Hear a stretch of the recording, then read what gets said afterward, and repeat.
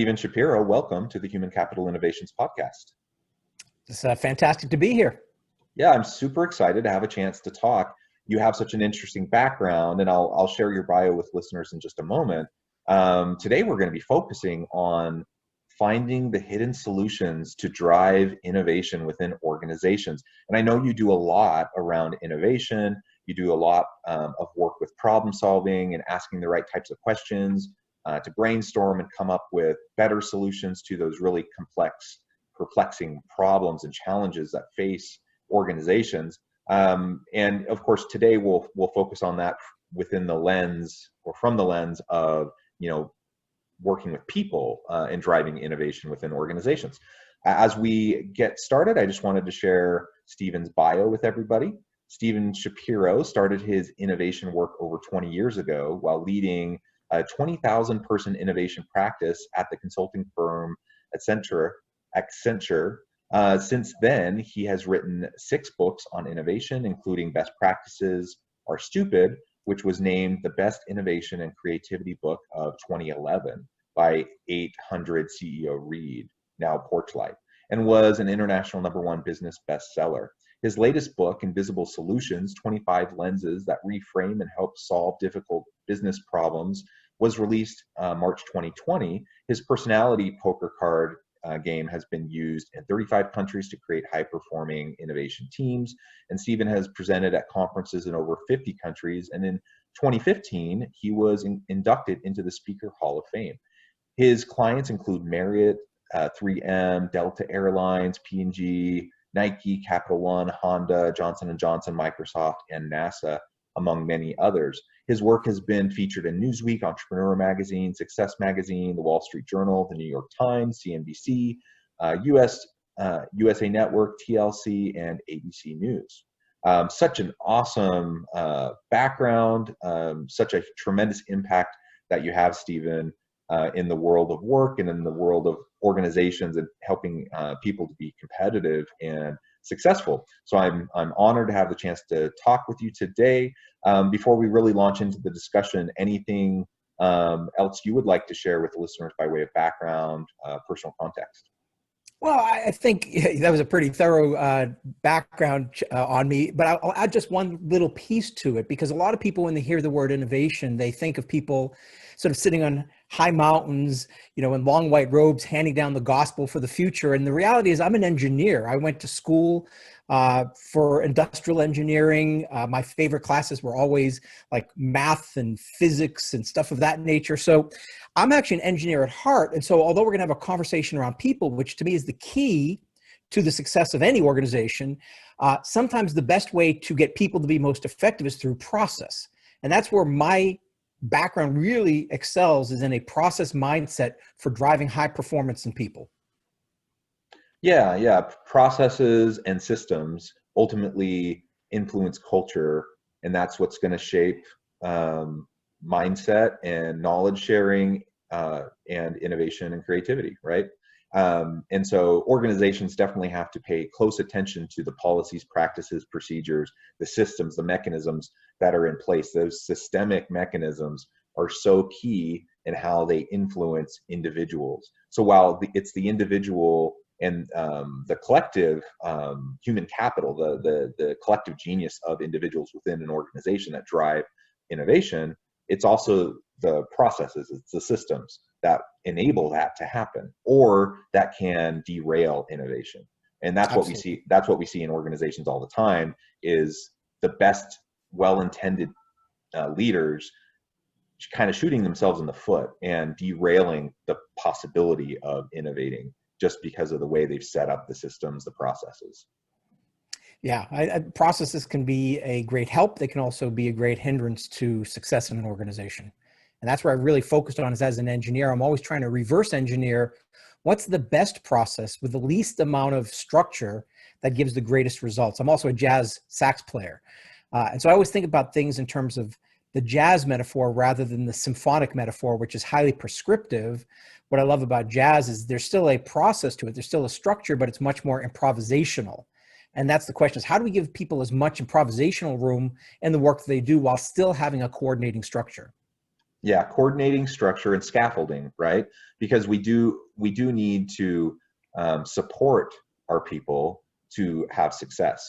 And if we just completely throw them to the wind, some people will be successful in that kind of an environment with complete autonomy. But most people need some semblance of some sort of processes, some sort of structure to allow them to be grounded. So it's that fine tuning, that combination. And I love the jazz metaphor. In another life, I was involved in vocal jazz in the Pacific Northwest, which has a really rich vocal jazz history. And you're absolutely right that when you're improvising, doing scatting or things like that, like there's structure to it, but it's improvised structure, right? And it's built upon what has come before. So within jazz, you're constantly referring back to the greats and previous artists and their interpretation, and throwing in little pieces and tidbits that give homage to those individuals. And I see it the same in organizations. Like, we provide the structure, we provide processes, but we give people plenty of autonomy to improvise within that structure, but enough scaffolding that they feel supported, they feel like they have the resources they need, and that ultimately they feel empowered to do their best work. Yeah, and if we bring all this back to the topic of problem solving and innovation, so one of the things which, building on what you were saying before, which is we need some kind of structure. If we give somebody a blank sheet of paper and say, hey, come up with some ideas, we know that the ideas that people come up with aren't really new or valuable. I mean, valuable is probably more important than new, but they're the ones that we've thought about in the past. So we have always used this expression, think outside the box. But the problem is when you tell people to think outside the box, you're increasing abstraction. You're increasing the brain's ability to develop solutions, and therefore it generates a lot of solutions. Most of them are irrelevant. So I always say, don't think outside the box, find a better box. What we don't want to do is give people too much rope, but what we want to do is make sure that when they're innovating, when they're problem solving, that they're actually framing the problem the right way, because that structure becomes the key to driving high performing innovation inside of an organization. Yeah, absolutely. Well, and I think of when it comes to innovation, our best efforts are still going to fail more often than not, right? And so it's about failing fast, leaning forward into the learning that happens through the creativity and the innovative process. And you may only have 1 out of 10 types of approaches that end up sticking, that end up working, that end up being viable, but you can learn from all the other ones that fail. And as long as you fail fast and you fail forward, then that becomes a stepping stone to build upon, and you build on those learnings to then drive the next innovation. And so those failures don't even really need to be viewed as failures. They're just learnings that then help us to improve the next time, as long as we're failing fast. If we're complete, you just mentioned the giving them enough rope. If we give them enough rope to hang themselves with, and they, they're and to me that means they're not failing fast. They're not piloting with the intention of scaling once they have proof of concept, and instead they're really going to shoot themselves in the foot and the organizations in the foot.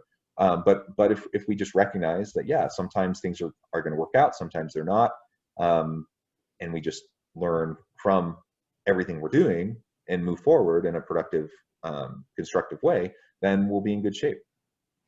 Well, and it's interesting. I'd never liked the word failure, because if we are failing, I think we're doing something wrong. So I'm actually, my belief is we've been over glorifying failure. If we're not breaking eggs, we're not innovating. And look, is failure going to happen? Sure, it's inevitable, but that shouldn't be our goal. So I always recommend that my clients really use the lens of experimentation rather than failure, because if you conduct an experiment and you disprove your hypothesis, that is, you say, we thought this was a good idea, but the evidence tells us it's not, that is a successful experiment. It is not a failure. That's right. Where failure occurs is when we run an experiment, it tells us it's a good idea when it's not a good idea, and then we move forward. So I really try to, and I have a number of processes that we use with clients to make sure that they're not failing, but that they're experimenting and they're reducing the risk, because that to me is the name of the game, is reducing risk and gaining some speed. Yeah, absolutely. I completely agree. I like that framing. It's interesting. I would love to hear your take on it. How do people respond when you frame it that way as experimentation? Do people have a good reaction to that, or I could imagine some people having like initial walls going up because the whole idea of experimentation, to them means all this like sciencey stuff that maybe they're not comfortable with, but it doesn't need to be scary. But experimentation is exactly what you just mentioned. It's simply testing and learning and growing and moving forward, and that should happen in every type of work that we do.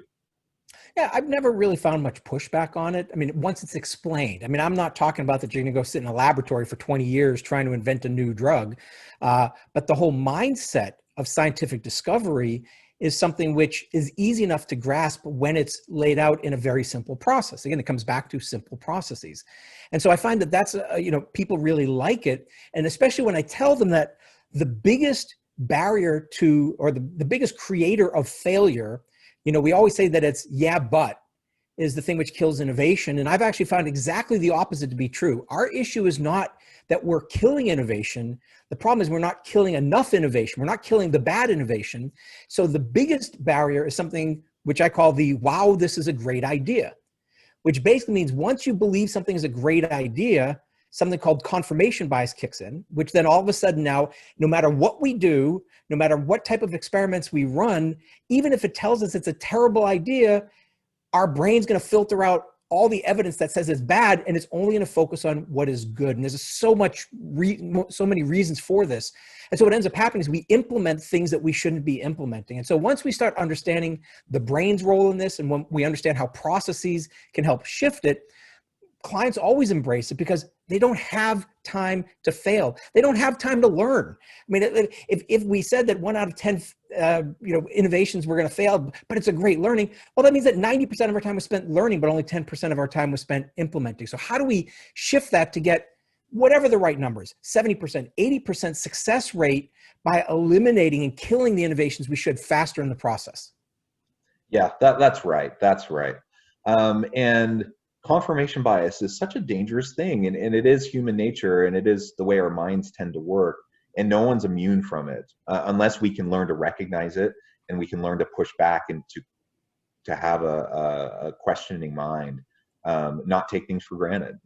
And so whether that's talking about innovation as we're doing right now, I mean, it applies to every aspect of life, I think.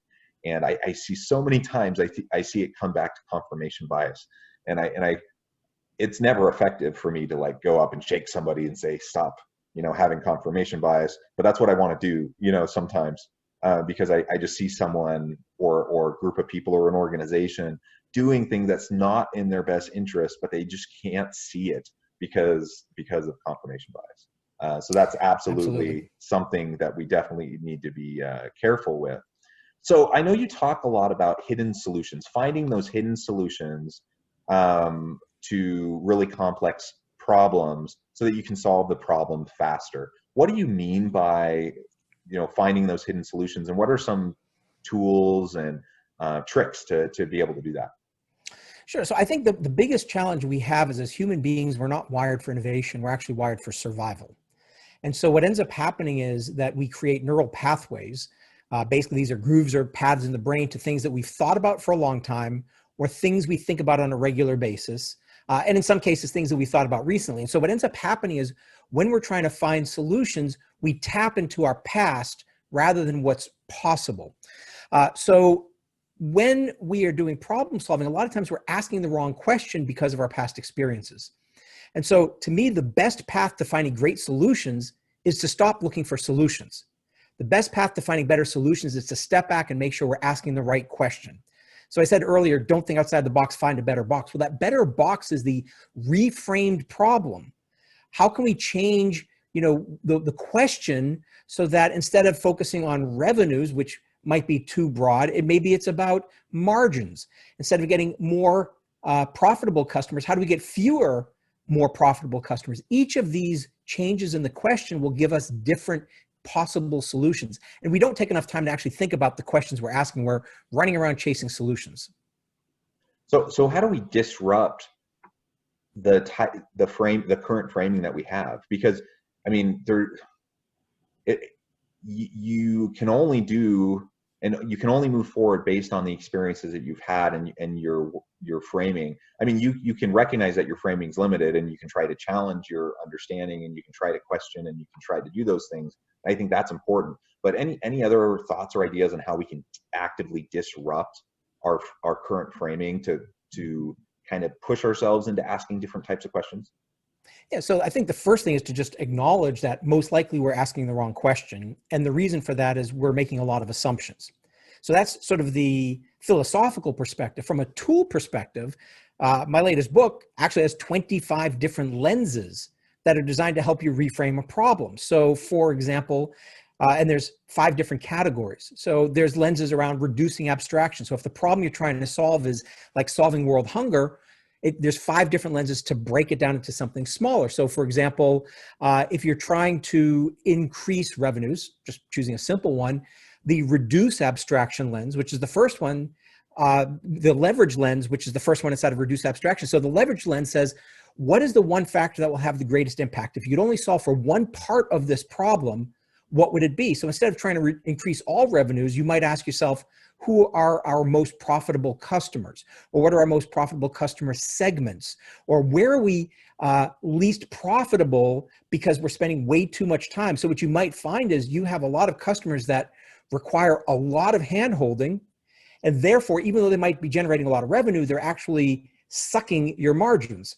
And so these 25 different lenses become sort of a mental kaleidoscope that allow you to shift and twist and change whatever question you're working on and come up with a bunch of different reframes, each of them which will give you different possible solutions. And then typically what happens is you see one, you say, oh, that's the one, this is going to drive the best results, and you move forward with it. I really like that. And it's useful to have different models, different framings kind of right there in front of you, so you can force yourself to think along those lines. I don't know what you think, but something that I've found helpful is just proactively putting myself in different situations to interact with different types of people, with different types of worldviews and framings, perhaps people from different backgrounds, different disciplines, different industries, because it's in that environment where all of a sudden I'm kind of forced to have my understanding and my ideas bounce off of and interact with people that are from completely different backgrounds than me. That usually for me has been the way that I've come up with some of the most creative types of approaches that I've ever done. And so I try to foster interdisciplinary teams. I try to have conversations like this. You know, it's one of the nice perks of having a podcast where I talk to hundreds of thought leaders and industry experts, because it just fundamentally forces me to interact with people that probably I wouldn't have otherwise. And then I learn from it, and I get all these new insights just as things start to bounce off of what's already in my head.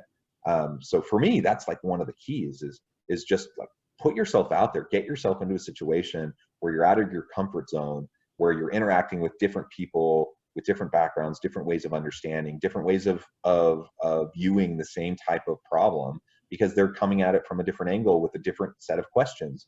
And at that point, you can start to reframe.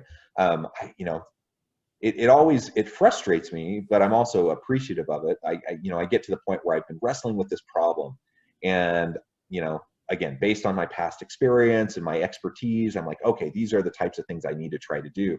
And then I'm like, it's not until I'm out walking my dogs around the park and I notice something that then triggers something in my head. It's something totally disconnected, but like I see something happen in the tree, and it triggers something in my head. And then all of a sudden, like, wait a minute, I'm looking at this all wrong.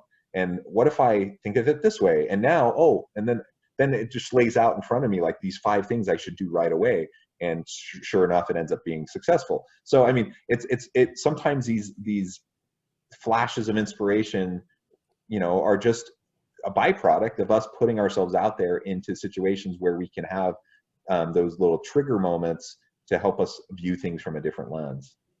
Yeah, absolutely. And in fact, what you're describing is one of the 25 lenses, which is the analogy lens. So that's under the increase abstraction, because what in a lot of cases happens is we assume that the problem that we're trying to solve is going to be solved in the domain in which it's framed. So if I'm trying to solve an industry specific problem, I'm going to look to that industry, or if it's a functional problem. But one of the things that we know is if you ask the question, who else has solved a similar problem in a different area, you get some really cool solutions. So for example, the gas pipeline industry has problems with cracks, breaks, and leaks in their gas pipelines. Well, they spend a ton of money with experts trying to seal cracks. But then when they ask the question, who else solves a similar problem? Well, the human body solves that problem. You get a paper cut. You don't have to go to the doctor. You don't need stitches. It seals itself. And by studying the human body, they were able to build an inert coagulant ingredient that goes inside of gas pipelines. And there's literally thousands and thousands of great examples of how solutions were found outside of the area of expertise, because expertise is often the enemy of innovation. And so that's one of the other 25 lenses, is the analogy lens. So that's great. Yeah. Well, and it's, I'm sure you can appreciate this as an engineer. Like, you do need expertise, right? You need people with very deep expertise in particular areas to be able to operationalize, right? And to be able to prototype and to be able to carry out things successfully. So you do need that expertise. But if you only have a group of experts, like the pipeline example that you just said, I'm sure that the big oil companies are spending tons of money bringing in scientists and consultants and experts, but they're not coming up with the solutions because they're all like deep expertise in like this one narrow area. And it's not until they start to get outside of that area that they can find a solution that's going to be workable. And so it's like we have to find a way to foster both deep expertise, but kind of cross-pollinate, across interdisciplinarity and cross-disciplinarity. It is so important, I think, to get outside of the box to find that new box. It's impossible for me to even conceive of what might be a different box unless I have some breadth to my understanding of how different areas connect, right? Or at least I surround myself with people who come from different areas of expertise, and then we have open dialogue so that we can explore and find those different boxes, to then, ask the different questions. So I don't know, what do you think about like expertise versus, breadth versus depth of expertise as we try to tackle problems to come up with solutions? We need both. I mean, expertise is only a problem if you don't recognize its limitations. So, because we're not looking to adopt solutions from other industries, we're looking to adapt solutions from other industries. And if you don't have the expertise, then you don't have the context. But you also need to recognize that most people, so Steve Jobs once said, creativity is just having enough dots to connect. And the problem is most people have one dot. They know their area of expertise and they put on blinders and they don't look elsewhere. There's nothing wrong with the expertise as long as you're open to collecting new dots, to making those connections. And once you start making those connections, then you start to see patterns and insights and opportunities that were previously hidden that now will start to come to view. So we need the expertise to be able to understand the context, but we need to make sure we're not limited by the expertise. And most people don't explicitly take the time to go beyond their frame of reference. Yeah. And that's hard in a highly competitive, world of business where leaders, are just so often, they're so burdened. They're dealing with so many things. They're putting out fires constantly. They're putting in lots of hours. They're trying. But I see this all the time when I work with leaders that they're so focused on the urgent that they're not giving themselves the time to connect those dots, to think the big strategic types of questions and the big innovative types of questions. And so, part of it is just giving yourself a break, like kind of, and perhaps forcing yourself to take a break from the daily grind of everything that needs to happen, so that you can have those quieter moments where you have the opportunity to make those connections, whether it's literal networking types of connections with other people who have different areas of expertise to help you connect the dots, or just quieting your mind and taking 30 minutes, every now and then, just to carefully contemplate, and consider the issues, and try to force yourself to go through that mental exercise of considering different possible framings. But if you're so busy all the time addressing all these what we think are urgent crises, then we're never going to give ourselves a chance to be able to create and innovate, because we're not allowing ourselves to think and ponder and consider. Yeah, and one of the other lenses is the observation lens. And this is a little different than the other lenses, but I think it's a really powerful one, because if you're solving the wrong problem, you'll never find the right opportunities. And the observation lens just basically says, how can we be hyper aware to what's around us? And in particular, how can we observe our customers, our clients? How can we observe the way that they interact with our products, our competitors' products? And how can we just observe the larger ecosystem, and just taking that time, actually acting like an anthropologist, putting on the fedora and making sure you're like Indiana Jones and getting out there and observing, getting out from behind the desk. That sometimes is the key to being able to uncover hidden needs that people have that they might have missed otherwise. So there's 25 different lenses. We touched on 3 of 25 today, but that's basically, what everything we're talking about is, how do we shift our perspective to find a new angle to look at a problem from a different lens? Yeah, absolutely. Well, Stephen, it has been a real pleasure talking with you today. I wish we could continue, but our time's drawing short, and perhaps we can continue this discussion another time. But before we part ways today, I wanted to give you the last word and give you a chance to share with the listeners how they can get connected with you and find out more about what you're doing. Sure. So I guess I'll close with a quote that's attributed to Einstein. He never actually said these exact words, but I love the essence of the quote, which is, if I had an hour to save the world, I would spend 59 minutes defining the problem, 1 minute finding solutions. That's 59 minutes defining the problem, 1 minute finding solutions. And from my experience, most organizations and most teams and most individuals are running around spending 60 minutes solving problems that are either the wrong problem or they're not well framed. And so instead of focusing on the solution, let's focus on the question. And it's paradoxical that the more we stop focusing on the solution, the more likely we are to find better solutions. So the best way to get in touch with me and learn more about the Invisible Solutions book is to go to invisiblesolutionsbook.com. There you can learn about the book, but there's also a whole bunch of free downloads, such as the 25 lenses. You can download those and use them and apply them to your problems. And here's the thing I know is, there's not a business problem that I've not been able to solve by using these lenses. And in many cases, we solve them in 15 minutes. So I know it's a bold statement. It doesn't mean the solutions were always the best solution, but at least it moved us forward in a way that we had new insights that we wouldn't have had otherwise. Wonderful, wonderful. Well, thank you, Stephen. It has been a pleasure. I hope my listeners will reach out, get connected on LinkedIn, go check out the website, check out the book. Hopefully this has been a useful discussion for everyone who's tuned in. I hope everyone can find ways to drive greater innovation within their organizations. And as always, I hope everyone stays healthy and safe. I hope everyone can continue to find meaning and purpose at work each and every day, and that everyone has a great week. Thank you.